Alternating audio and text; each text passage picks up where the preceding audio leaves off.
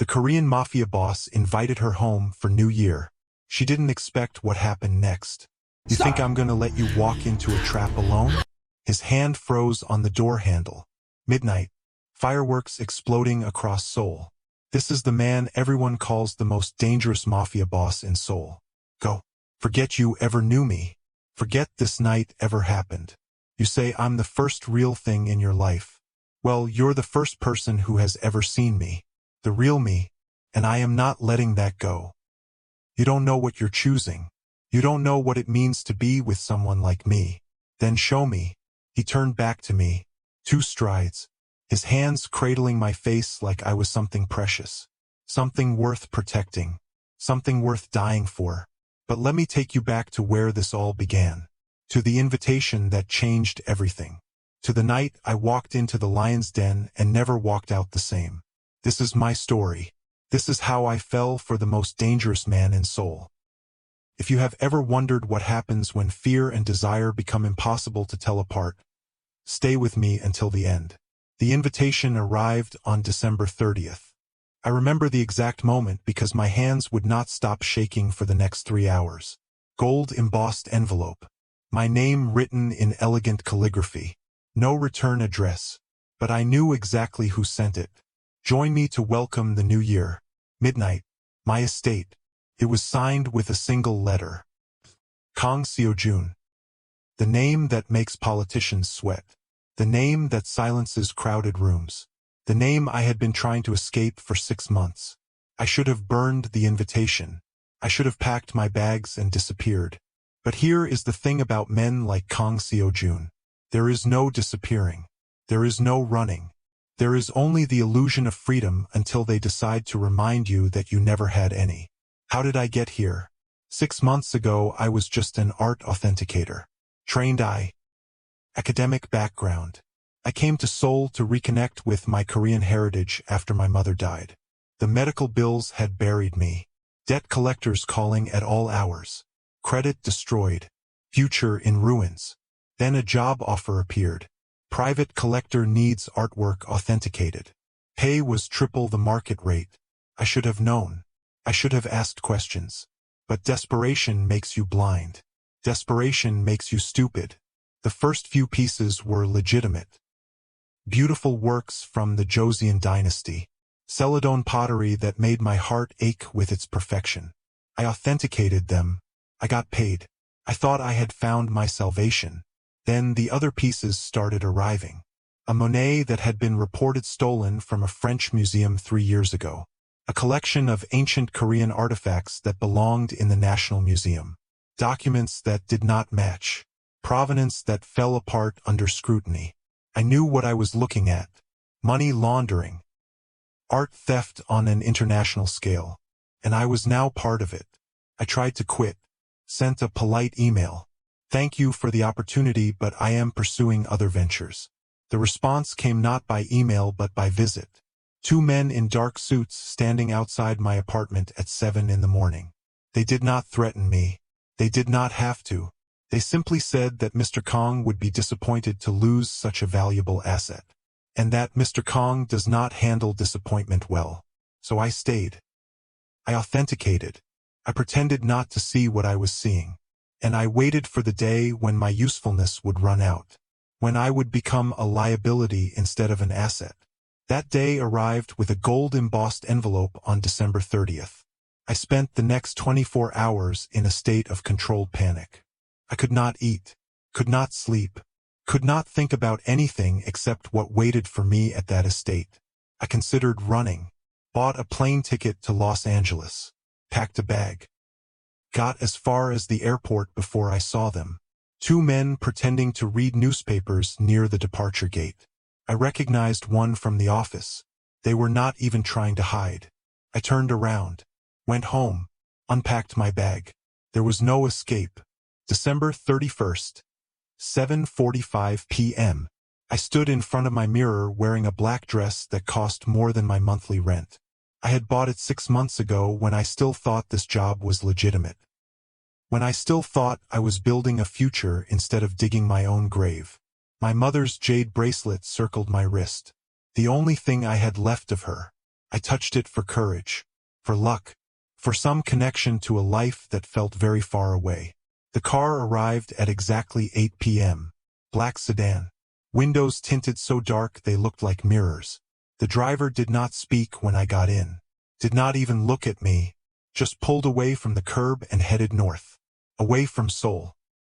Away from lights and people and witnesses. I watched the city disappear behind us. Neon signs fading. Buildings shrinking. The comfortable chaos of urban life replaced by darkness and mountains, and the growing certainty that I had made a terrible mistake. Snow began to fall. Soft at first. Then heavier. The road narrowed. Twisted. Climbed into terrain I did not recognize. Classical music played softly through the speakers. Chopin. Nocturne in E-flat major. My favorite piece. The one I had mentioned once in passing during an authentication. The one I said reminded me of my mother. He remembered. He remembered everything. I did not know if that should comfort me or terrify me. My phone showed no signal. No GPS. No way to tell anyone where I was going. I was completely alone. Completely cut off. Completely at his mercy. The estate appeared after 2 hours of driving. It rose from the mountainside like something from another century. Traditional Korean architecture. Curved rooflines. Stone walls. But I could see the modern touches too. Security cameras every 50 feet. Guards in dark uniforms patrolling the perimeter. The soft glow of motion sensors hidden in the landscaping. This was not a home.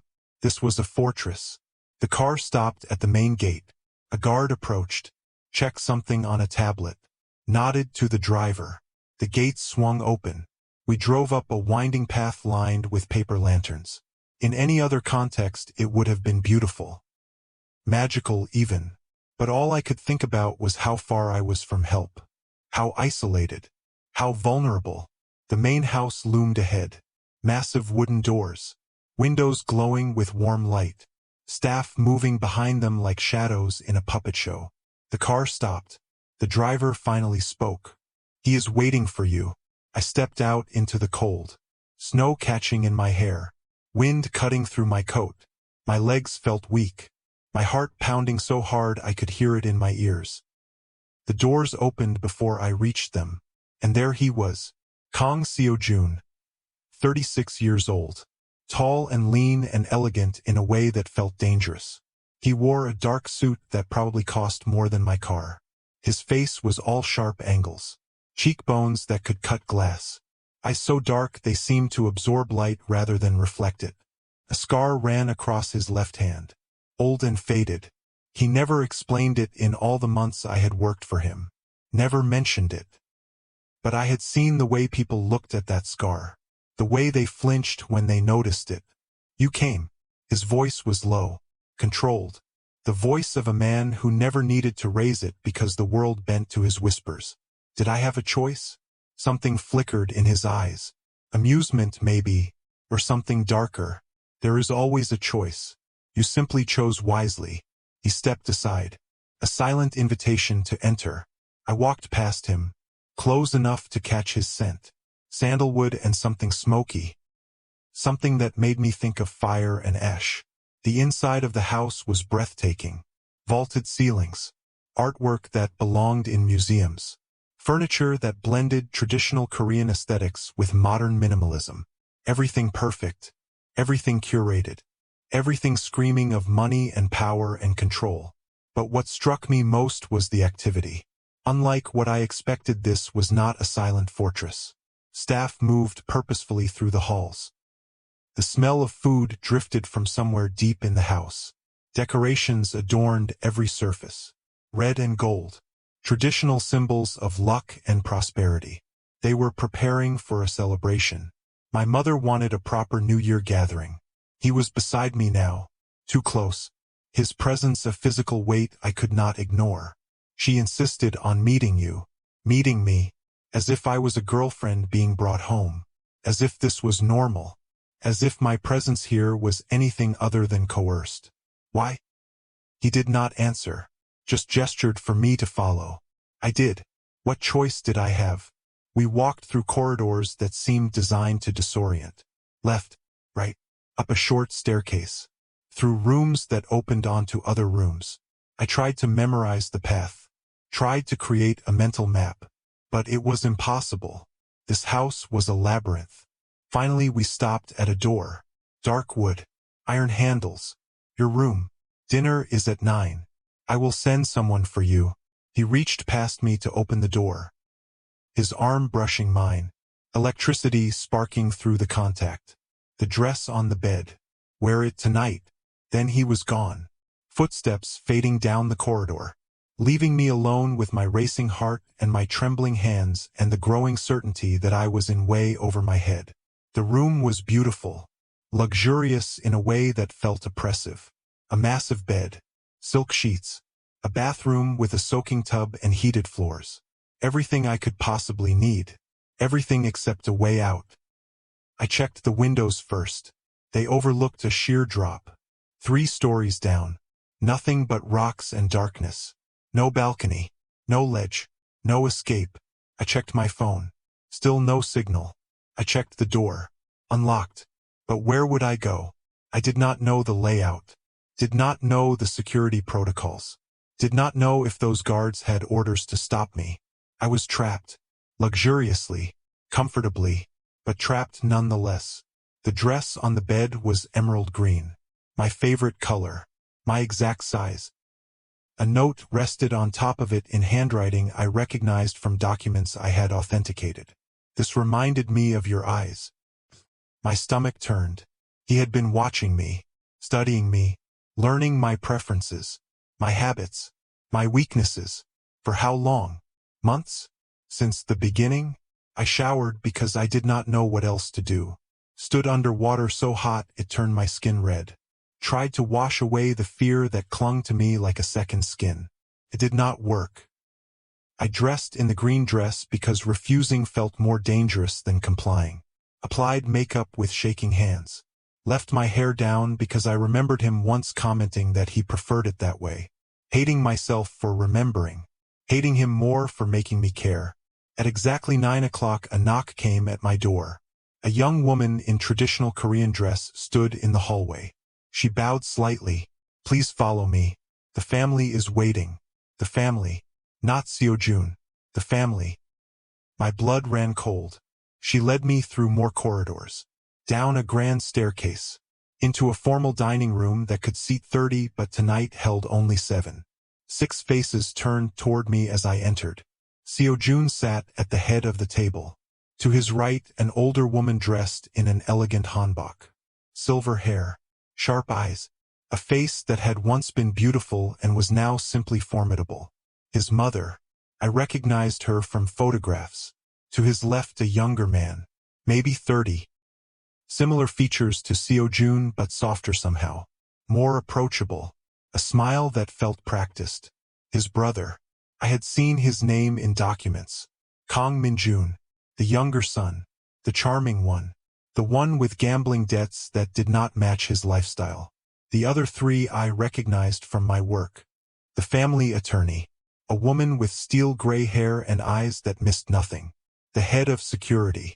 A former military man with a handshake that could crush bones. And a third man. Older. Seo-jun's uncle. The one who handled the legitimate business fronts. And they were all looking at me. Please, sit.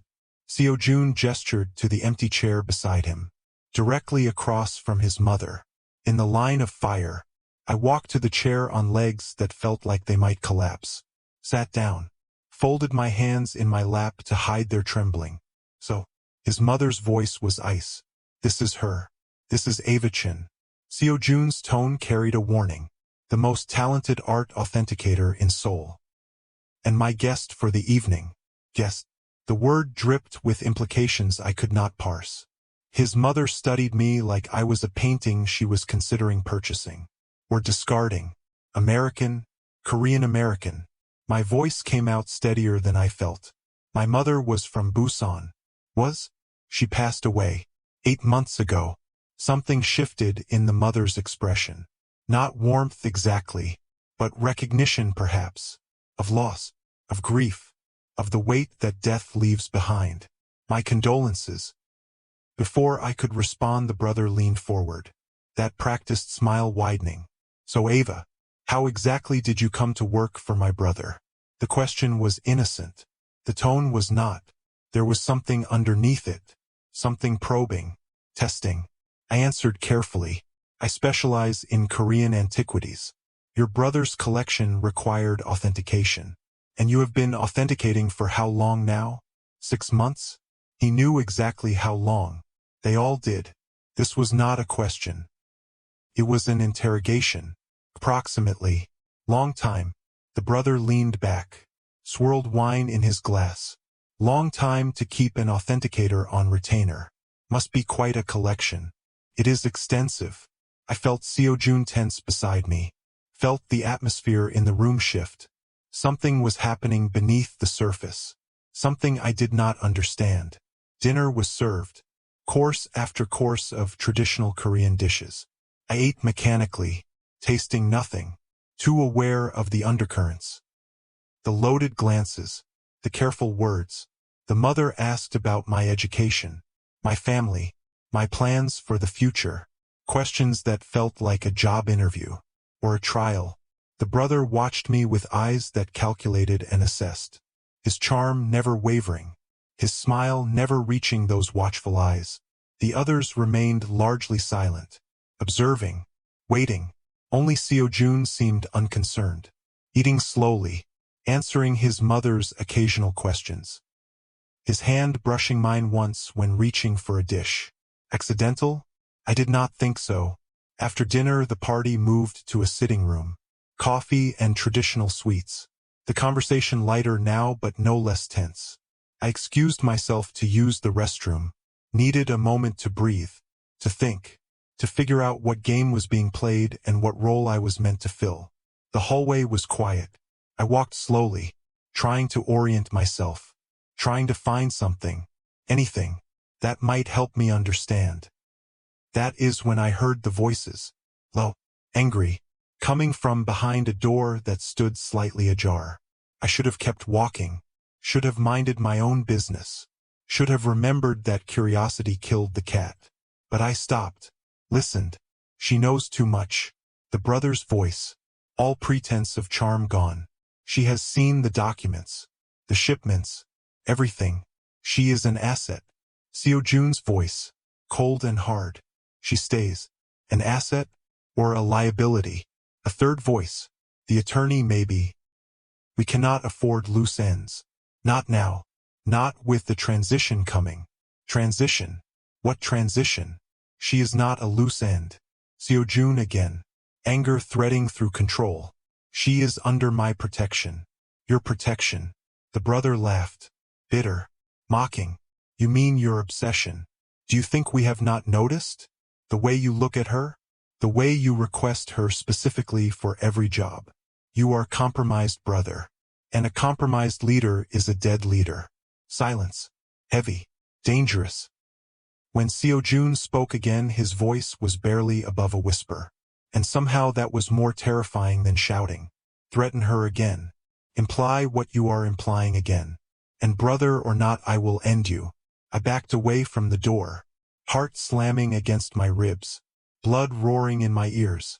They were talking about killing me. They were debating my life like it was a business decision. And the only thing standing between me and death was a man who apparently had an obsession with me. I turned to run, to get back to the sitting room, to pretend I had heard nothing. I walked directly into a wall of muscle.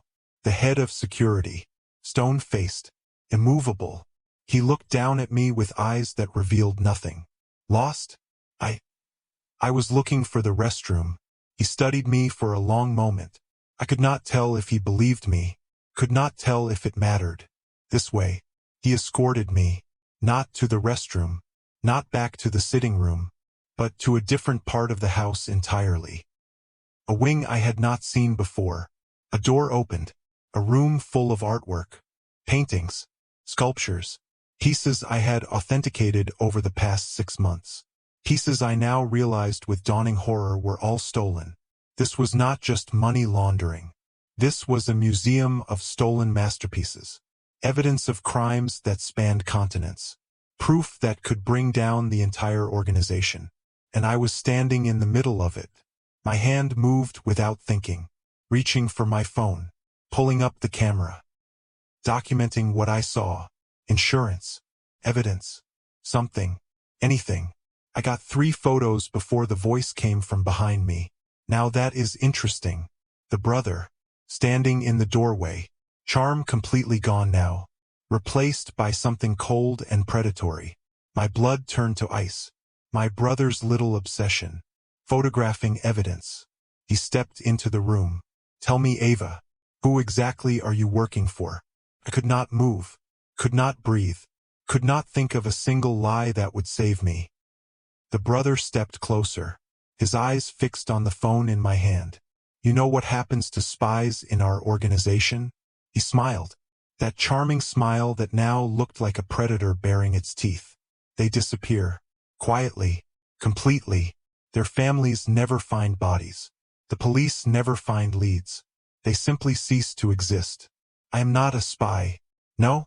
Then why are you photographing evidence that could destroy everything my family has built? My mind raced, searching for an exit, for an excuse, for anything. Insurance. The word came out before I could stop it. I am not stupid. I know what I have been authenticating. I know what happens to people who know too much. I needed something to protect myself. He laughed, cold and humorless. Protect yourself. From us. He shook his head. You really do not understand how this works, do you? He reached for me, his hand closing around my wrist. Grip tight enough to bruise. Give me the phone. I struggled, tried to pull away. His fingers dug deeper. I said, give me the phone. Let her go.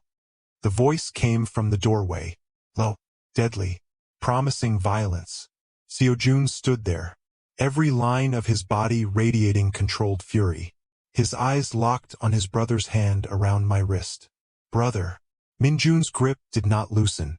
I found your little pet taking photographs. Evidence. Proof of everything we have worked to hide. I said let her go. Something in his tone made the air crackle. Made the hair on my arms stand up. Made even his brother hesitate. Min-jun released me. I stumbled back, cradling my wrist against my chest. She is a liability. Min-jun's voice rose. She has been investigating us, documenting our operations. And you are too blind to see it because you cannot stop thinking about getting her into your bed. Seo-jun moved so fast I barely saw it. One moment he was in the doorway. The next he had his brother pinned against the wall, forearm across his throat. You forget yourself. Seo-jun's voice was barely a whisper. You forget who leads this family. You forget what I am capable of. Min-jun's face was turning red, his hands clawing at his brother's arm. You forget. Seo-jun continued, that I have killed for less. He held him there for another moment, then released him. Min-jun crumpled, gasping for air. Seo-jun turned to me, his expression unreadable. Come with me, now. I did not argue, did not hesitate, just followed him out of that room, away from his brother's hateful eyes, away from the evidence of my own stupidity.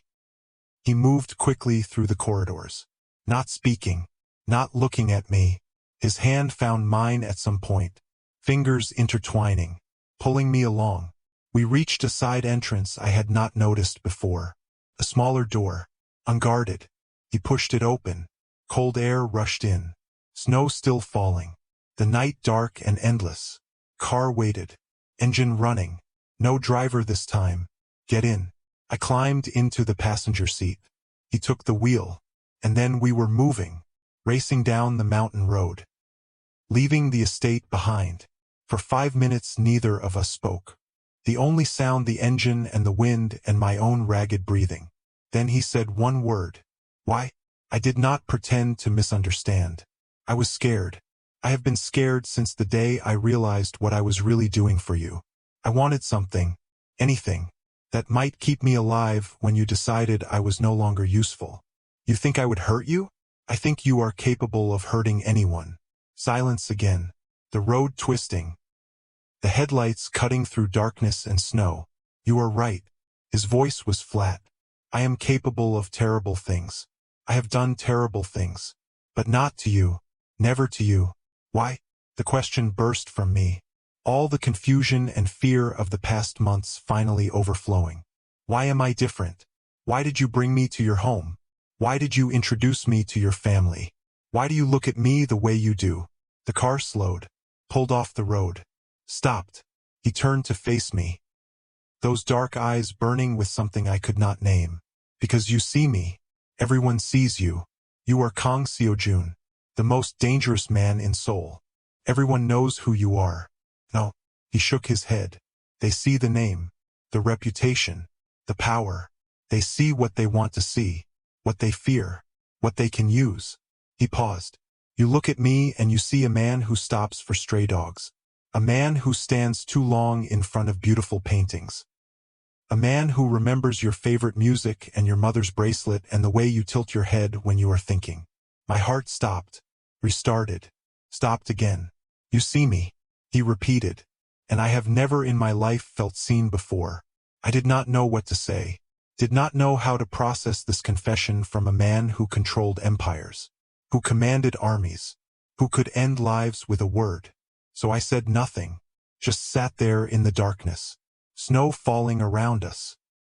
His words hanging in the air like a question I was not ready to answer. His phone shattered the moment, buzzing insistently. He glanced at the screen, his expression hardening. A rapid conversation in Korean. Too fast for me to follow completely, but I caught enough. Tech, estate, brother, coup. He ended the call, his knuckles white on the steering wheel. What happened? My brother has made his move. He started the car again, pulled back onto the road. Faster now, more reckless. He has taken control of the estate. My mother is safe, but my people are being rounded up. Anyone loyal to me. Where are we going? Somewhere safe. Somewhere no one knows about. We drove for another hour. The roads becoming less roads and more suggestions. Finally we reached a building. A high-rise in an area I did not recognize. Underground parking. Private elevator. Codes and biometrics at every checkpoint. The apartment was on the top floor. Floor-to-ceiling windows overlooking the city. Minimalist furniture. No personal touches. A safe house. A bolt hole. The kind of place a man like him would keep for emergencies. No one knows about this place, he said. Not my brother. Not my mother. Not even my most trusted lieutenants. Only me. And now me. He looked at me. Something vulnerable flickering beneath the surface. And now you. He moved through the space, checking security systems, drawing blinds on some windows, leaving others open. The city sprawled below us. Lights glittering like scattered jewels. I could see fireworks being tested in the distance.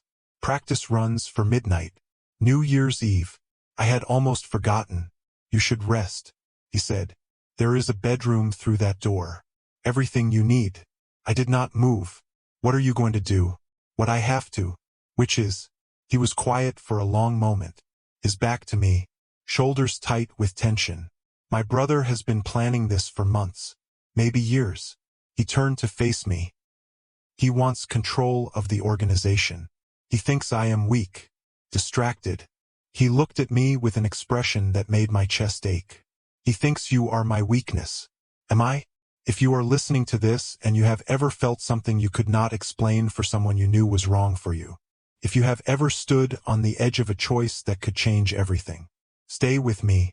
This is the moment where everything shifted. He crossed the room. Stopped in front of me. Close enough that I could see the flecks of gold in his dark eyes. Close enough to feel the heat radiating from his body. I do not know what you are, he said. I only know that when I am with you I feel like a different man. A better man. The man I might have been if I had been born into a different life. What kind of man would that be? The kind who deserves someone like you. He reached out, tucked a strand of hair behind my ear, his touch featherlight. Reverent. I should send you away, he said. New identity. New country. Enough money to disappear. Start over. Have the life you deserve. Is that what you want? What I want does not matter. It matters to me. His control cracked. Just for a moment. Pain flashing across his features. I want you safe. I want you alive. I want you to have every beautiful thing this world can offer. Even if I can never be one of those things. And if I want to stay, then you are a fool. His voice was rough. Because staying means danger. It means being part of a world that destroys everything soft and good. It means being with a man who has blood on his hands that will never wash clean. I reached up, placed my palm against his chest, felt his heart hammering beneath my fingers. I have spent my whole life playing it safe, being careful, making sensible choices. And where did it get me? Drowning in debt, alone in a foreign country, working for criminals because I was too desperate to ask questions. He covered my hand with his own, pressing it harder against his heart. I continued, maybe I am tired of safe. Maybe I am tired of sensible. Maybe I want to choose something terrifying and see what happens. You could die. I could die tomorrow crossing the street. At least this way I die feeling alive. His resolve shattered. He kissed me like I was oxygen and he had been drowning. Desperate and hungry and impossibly tender all at once. His hands cupped my face. My fingers twisted in his shirt. The city glittered below us. Fireworks painted the sky in bursts of color. And for one perfect moment nothing else existed. Not his brother's betrayal. Not the danger waiting for us. Not the impossible odds we faced. Just him and me and a kiss that felt like coming home. When we finally broke apart, both of us were breathing hard. We need a plan, I said. We cannot just hide here forever. I know. He pressed his forehead against mine. My brother has the organization's support. He has convinced them I am compromised, that I cannot lead effectively. Then we prove him wrong. I pulled back, looked him in the eyes. I have been authenticating your documents for 6 months. Not just art. Financial records. Communications. I have seen patterns you are too close to see. Your brother has been skimming money, making deals with your rivals. There are discrepancies that do not add up. His expression sharpened. Focused. You have proof? I have photographs. I have notes. I have a very good memory and an eye for detail. I notice things. It is literally my job. He stared at me, something like wonder in his eyes. You have been building a case against my own organization. I was building protection. But yes, I have enough to prove your brother is a traitor. Not just to you, to the entire family. He laughed. The sound startled me. Real laughter, almost joyful. You are remarkable. You know that? Absolutely remarkable. I have been called worse. He sobered. But his eyes still held that warmth, that wonder. If we do this, if we go back and expose my brother, everything changes. You become part of this world. Really part of it. There is no going back. I know. And you still want to stay? I looked at him. This dangerous man. This heir to an empire built on blood. This person who saw me when no one else did. I want to stay. The clock on the wall showed 11:47 p.m. 13 minutes until midnight. 13 minutes until the new year. His phone buzzed. He checked it, his expression darkening. They have issued an ultimatum. I surrender by dawn or they start eliminating my supporters one by one. Then we do not wait for dawn. He looked at me, questioning. Your brother thinks he has won. I said. He thinks you are hiding, scared, running. He is not expecting you to walk back in there tonight. He is not expecting you to have proof of his betrayal. It is a risk, a massive risk. Everything about this is a risk. But I would rather take a risk with you than play it safe alone. He cupped my face again, kissed me softly. Promise. Together then. Together. We left the apartment at 11:52. Drove through streets alive with celebration. People counting down. Champagne ready. Hopes and dreams pinned on the turning of the calendar. At 11:58 we reached the estate. The gates stood open. A trap, obviously. But we walked through anyway. At 11:59 we entered the main house. Guards surrounding us immediately, weapons drawn. And at midnight, exactly as fireworks exploded across Seoul, as the new year dawned with all its terrible beautiful possibility, Kang Seo-jun walked into his family's great hall with me at his side. His brother stood at the head of the room, triumphant, smug, surrounded by supporters who had chosen the wrong side. "Brother," Min-jun spread his arms. "I did not expect you so soon. And you brought your pet. How touching." "She is not my pet." Seo-jun's voice carried across the room, silencing the murmurs. "She is my partner. And she has something you might find interesting." I stepped forward, my heart pounding but my voice steady. "For the past 6 months I have authenticated your family's documents. I have also documented irregularities, transfers to accounts that do not belong to the organization, communications with the Park family, the same family that killed your father 20 years ago." The room went silent, dangerously silent. Min-jun's smile faltered. "She is lying." "I have proof." I held up my phone. "Bank records, emails, photographs. Your brother has been selling you out to your enemies. He did not stage this coup to save the family. He staged it to deliver the family to its oldest rival." The shift was immediate, subtle but unmistakable. The men who had stood with Min-jun began to exchange glances, doubt creeping into their expressions. And here is the beautiful thing about loyalty in a world like this. It only lasts as long as trust. And I had just shattered their trust in the man they had chosen to follow. The next hour was chaos. Controlled chaos, but chaos nonetheless. The evidence was examined, verified. Min-jun's protests grew more desperate. His supporters melted away one by one. By the time dawn broke on January 1st, it was over. Min-jun was taken away, not killed. Seo-jun had promised a different kind of leadership, and he meant it. Exile, stripped of name and protection, left to survive on his own in a world where his betrayal was now known. His mother approached us as the sun rose, her face unreadable. "You brought an outsider into our family's darkest moment," she said to her son. "You trusted her with everything." "Yes." She turned to me, those sharp eyes assessing. "You could have used that evidence to destroy us, turned it over to authorities, saved yourself." "I could have. Why did you not?" I looked at Seo-jun, at this man who had shown me his scars and his fears and his impossible hope for something better. Because destruction was never what I wanted. The old woman studied me for a long moment. Then slowly, deliberately, she bowed her head. "Welcome to the family." The estate transformed around us. No longer a prison but a home. No longer a fortress but a beginning. In the weeks that followed, Seo-jun began the work he had promised. Legitimizing what could be salvaged. Dismantling what could not.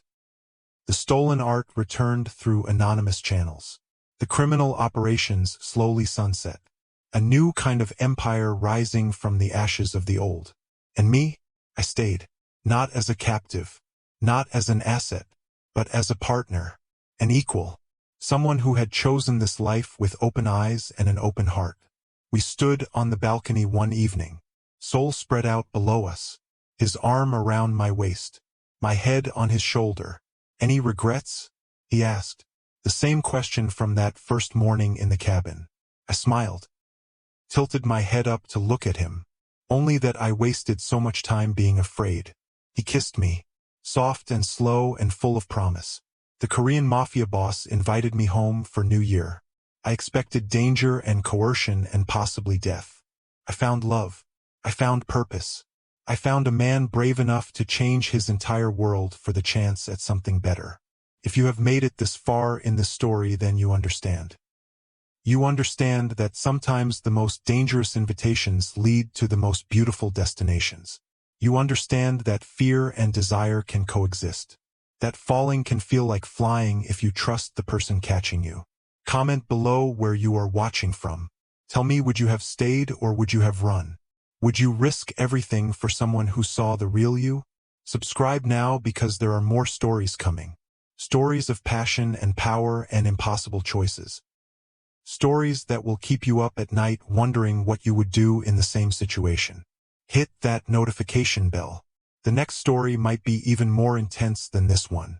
And remember, sometimes the new year brings exactly what you never knew you needed.